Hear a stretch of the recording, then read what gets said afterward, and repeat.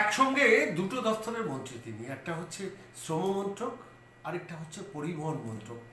দুটি মন্ত্রকই এক হাতে সামলাচ্ছেন সে মানুষটির নাম অর্জুন সিং। তার উপর বিশ্বাস ভরসা রেখেছেন বিজেপি নেতৃত্ব এবং অবশ্যই রাজ্যের মুখ্যমন্ত্রী শুভেন্দু অধিকারী। আমি আজকে একটা ছোট্ট ভিডিও আপনাদের দেখাবো, যেখানে একটা পরিবহন মন্ত্রকের একটা ডিপো, সেখানে একটা অফিস চালু করে দিন অর্জুন সিং, এবং সেখানে সমস্ত বিধায়ক কৌস্তব বাগচি, ডক্টর রাজেশ কুমার, তারা সবাই বসবেন। ওই অঞ্চলে, ব্যারাকপুর অঞ্চলে যারা যারা বিধায়ক আছেন তারা সবাই বসবেন, এবং বসবেন শুধু নয়, সেখানে বসে মানুষের কথা শুনবেন। বলছেন যে আমাদের সঙ্গে দেখা করতে গেলে একজন মানুষের 200 টাকা খরচা করতে হয় কলকাতায় যাওয়া আসার জন্য।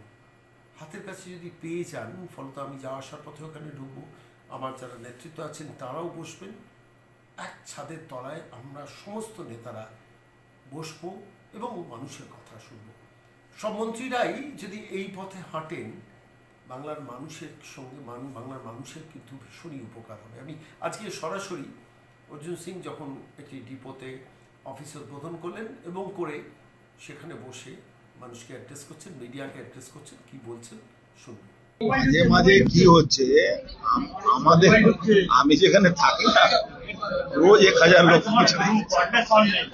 এখান থেকেও লোক চলে যায়।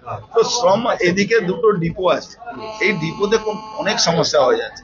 তো এখানে মাঝে মাঝে এসে বলবো, যাতে এখানকার যারা শ্রমিক আছে ডিপো এই ট্রান্সপোর্টের সঙ্গে যারা যুক্ত আছে বা ট্রান্সপোর্টে কোনো সমস্যা হলে, যেহেতু হার্ট অফ দি সিটি আছে, আমি এখানকারই লোক, তো তাদের সমস্যা কিছু হলে এখানে পরিবহন দপ্তরে না যেতে সুবিধার জন্য সবাই এখান থেকে 200 টাকা খরচ করে কেন যাবে?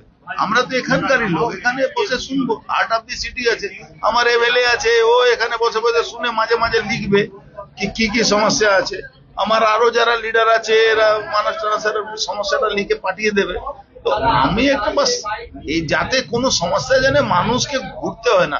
একটা জায়গা কলকাতা যেতে গেলে 200 টাকা খরচ হবে, তাই এরা এখানে বসবে, বসে সব রিপোর্ট গুলো পাঠিয়ে দেবে, কিন্তু দাদা এটা দেখতে হবে, এটা দেখতে হবে।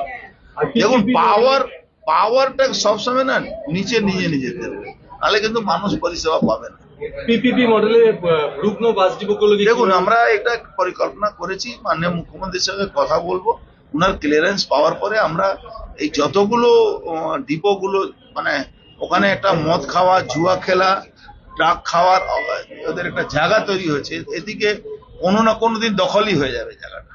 যাতে ওতে গভর্নমেন্ট কোনো পিপিপি মডেলে কোনো ডেভেলপ করে, নিচে গাড়ি থাকবে, উপরে কিছু মল হবে, এরকম মানে একটা শহর সুন্দর শহরের মধ্যে একটা ওই কি বলে যায় ওকে, কাবাড়ার দোকান হয়ে গেছে শহরের মধ্যে, কাবাড়ার দোকান। টিটাগড়ে একটা বাস ডিপো ছিল যেটা দীর্ঘদিন ধরে বন্ধ এবং ভাঙাচোরা বাস পড়ে রয়েছে, সেটা ডেভেলপ। আরে আমি তো সেই শ্রম দপ্তরে বসে ওকে ফোন করলাম, এমএলএ কে, আর ওখান থেকে ছবি আনালাম কি অবস্থা আছে। ছবি দেখে নিজেই কান্না পাচ্ছিলাম। বাস ডিপোগুলোর ওখানে আবার তৃণমূল একটা অফিস আছে, কোনো অফিস বানিয়ে রেখে দিয়ে। টিটাগড়ে বাস ডিপো। হ্যাঁ, দিয়ে পরিবহন দপ্তরের খোল লঞ্চে বদলানো হবে, যেভাবে অবস্থায় কঠিন কাজ আছে, কিন্তু মাননীয় মুখ্যমন্ত্রীর নির্দেশে আমরা অনেক কিছু কাজ হাত দিয়ে দিয়েছি, আগামী দিন আরো দেখতে পারবে। যে এই অফিসে কি আপনি সপ্তাহে কিংবা মাসে বসেন? আমি বললাম কি, এখানে অফিস থেকে রিপোর্টিং হবে, আমিও তো এই রাস্তায় যাতায়াত করি, কোন সময় বসে রিপোর্টিংটা নিয়ে নেব, যখন তখনই আসতে হবে।